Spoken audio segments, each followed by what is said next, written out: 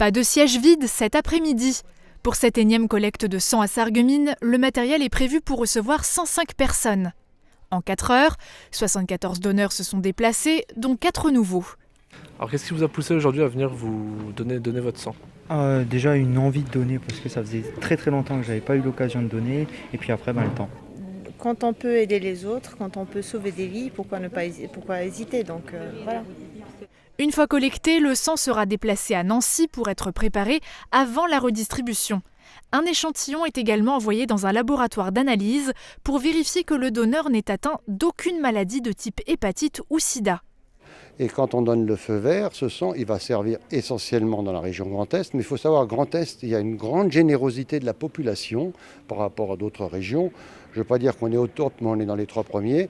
Et une partie de ce sang va servir dans des régions où il y a du sang en déficit, notamment en région PACA et en Île-de-France et dans certains départements d'outre-mer.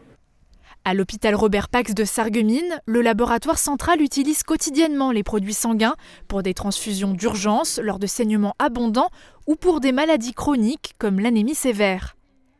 Ici, il y a un dépôt pour conserver le sang plus longtemps et le stock est régulièrement approvisionné. C'est l'hôpital qui fait la demande de ces produits auprès de l'établissement français du sang, et ce de manière aléatoire en fonction des besoins des services. Par exemple, l'année dernière, plus de 3000 produits sanguins ont été utilisés et 800 patients transfusés à l'hôpital sarregueminois. Malgré la pandémie, le constat est plutôt positif, les dons restent conséquents.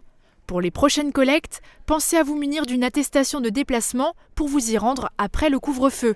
Vous pouvez cocher la case « Déplacement pour l'assistance de personnes vulnérables ».